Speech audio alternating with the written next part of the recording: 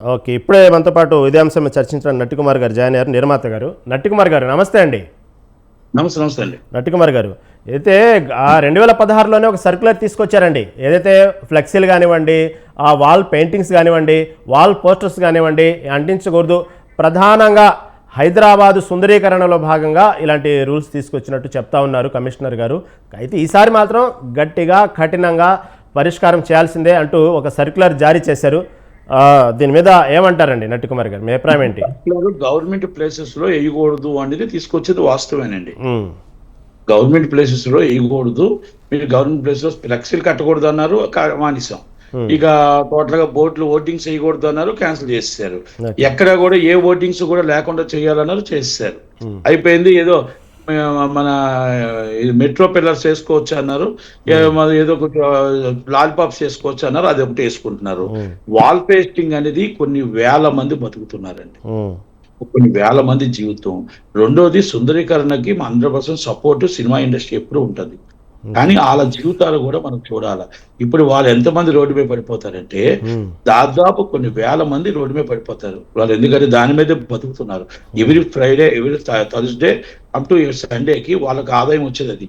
కనుక government places లో వేయకూడదు అనేది బాగానే ఉంటుంది, కానీ ఇక అన్ని దిక్కులా కూడా ఎక్కడ వేయకూడదు అని అంటే కరెక్ట్ కాదండి. ఎందుకంటే ప్రైవేట్ ప్లేసెస్ ఉంటాయి, ప్రైవేట్ ప్లేసెస్ లో వేసుకోవడానికి అయినా ఛాన్స్ ఇచ్చి చెయ్యాలి తప్ప ఇలా మనం మొత్తం ఎక్కడ వేయకూడదు అంటే వాళ్ళ జీవితాల పరిస్థితి ఏంటి, వాళ్ళ లైఫ్ ఏంటి, ఒక్కసారి ఆలోచించాలా.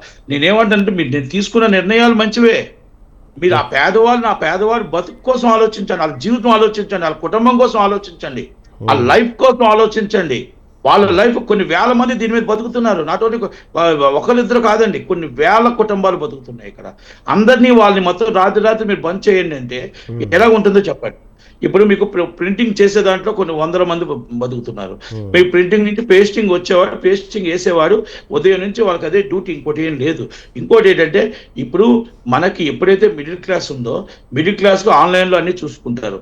కింద క్లాస్ ఉందో, లోవర్ క్లాస్ లో ఉండేటప్పుడు ఈ లోవర్ క్లాస్ వాల్ పోస్టులు చూసే వస్తారు, వాల్ పోస్టులు చూసే వస్తారు. ఆల్టర్నేటివ్ చూపించండి, ఆల్టర్నేటివ్ మాకు బోర్డులు పెట్టుకోండి, లేకపోతే మేము బోర్డు పర్మిషన్ ఇస్తాం, లేకపోతే ఆల్టర్నేటివ్ చూపించండి. మీరు ఎన్ని తీసేసి మొత్తం టోటల్ గా తీసేయండి అంటే ఇది కరెక్ట్ కాదు. అవునండి. ఇప్పుడు ప్రధానంగా ఈ ఏదైతే ఉందో సినిమా ఇండస్ట్రీకి సంబంధించి ఎక్కడైతే అనుమతులు ఉన్నాయో ఆ ప్లేసుల్లో మాత్రమే పబ్లిసిటీ చేసుకోవాలి, ఆ ప్లేస్లో మాత్రమే దానికి సంబంధించిన ప్రమోషన్స్ను వాడుకోవాలి. అంతేగాని హైదరాబాద్కు ఉన్నటువంటి బ్రాండు, హైదరాబాద్కు ఉన్నటువంటి ఇమేజ్, సుందరీకరణని ఈ విధంగా పోస్టర్స్తో దానికి సంబంధించిన పొల్యూట్ చేయకూడదు అంటూ కూడా గట్టిగా వార్నింగ్. హైదరాబాద్ ఉన్న బ్రాండు 10 సంవత్సరాల నుంచి కాలువల్లో మొత్తం టోటల్ గా నాలాలు మూసేసి 16 ఫీట్ 18 ఫీట్ ఉండాల్సిన నాలాలు 3 ఫీట్లు చేసి మొత్తం బిల్డింగ్లు కట్టివచ్చు, మొత్తం చెరువులు ముంచివచ్చు, చెరువులు మొత్తం టోటల్ గా బంగళాలు ఫామ్ హౌస్లు కట్టివచ్చు, మొత్తం టోటల్ గా హైదరాబాద్ సుందరీకరణ కాదండి. మొత్తం మేము తాగుతున్న నీరు మొత్తం టోటల్ గా నీరుని కలుషితం చేస్తూ గండిపేట, హిమాయత్ సాగర్ వాటర్ లో మొత్తం గెస్ట్ హౌస్లు కట్టి ఆ నీరంతా చెత్త నీరంతా దాంట్లోకి వెళ్ళి మేము తాగుతున్న నీరు ఏంటో అర్థం కావట్లేదు. హైదరాబాద్ ప్రజలు తాగుతున్న నీరు ఏమవుతుందో కూడా తెలియని పరిస్థితులు ఉంది. అదంతా సుందరీకరణ కాదండి. గవర్నమెంట్ అది బాధ్యత వహించదా అండి? సినిమా వాళ్ళకే పేదవాడు ఒక పోస్ట్ లో చేసుకుంటే సుందరీకరణ అంటే సుందరీకరణకు 100% సపోర్టెడ్, మేము సపోర్ట్ చేయడానికి రెడీగానే ఉంటాం ఇండస్ట్రీ ఎప్పుడును. కానీ ఆ ఇండస్ట్రీకి ఇవి కూడా మీ సుందరీకరణకి అవకాశం ఉంటుంది. నాల 18 ఫీట్లు ఉన్న నాలని 3 ఫీట్లు చేసింది ఎవరిది తప్పు? మీరు మొత్తం చెరువులన్నీ మొత్తం బతుకమ్మ పండుగ రేపు 12 తారీఖు వస్తే బతుకమ్మ చెరువు ఎక్కడ ఆడాలి, ఎక్కడ ఉండాలి అనేది పరిస్థితులు లేకుండా కొండల్లో ఏది మనం బోలు అంటారు కదా, ఒక పెద్ద బిందుల టైప్ లో అక్కడ పెట్టుకొని ఆడుకోవాలా? చెరువులు ఎక్కడున్నాయి చెప్పండి? ఒక నిజమైన చెరువు ఎక్కడైనా ఉందా? ఒక బతుకమ్మ పండుగ ఆడటానికి ఎక్కడైనా చెరువు ఉందా? నేను అమలాపాల్ గారు చేస్తున్న పని కరెక్ట్, అప్రిషియేట్ మేము చేస్తాం, కానీ వాళ్ళకి పని చూపించండి, వాళ్ళకి దారి చూపించండి. పేదవాడు దాదాపు వాళ్ళకి తెలియదండి. ఇంకోటి వాళ్ళకి తెలిసిందల్లా సినిమా ఇండస్ట్రీ, సినిమా థియేటర్లే. మీరు 10,000 ఇస్తారా, 5,000 ఇస్తారు, 20,000 ఇస్తారు జీతం, వాళ్ళకి థియేటరే జీవితం. వాళ్ళకి పోస్టులే జీవితం. వాళ్ళ పిల్లల తదనంతరం వాళ్ళు అక్కడే ఉంటున్నారు.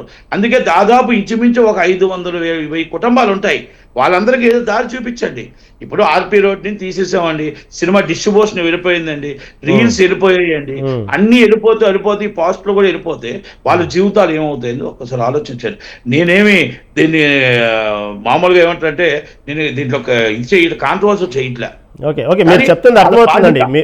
మీరు కూడా అమ్రపాలి తీసుకున్నటువంటి నిర్ణయాన్ని ఏకీభవిస్తున్నారు. వాస్తవమే, హైదరాబాద్ సుందరీకరణలో భాగంగా మీరు కూడా నేను సైతం అంటున్నారు, బాగానే ఉంది.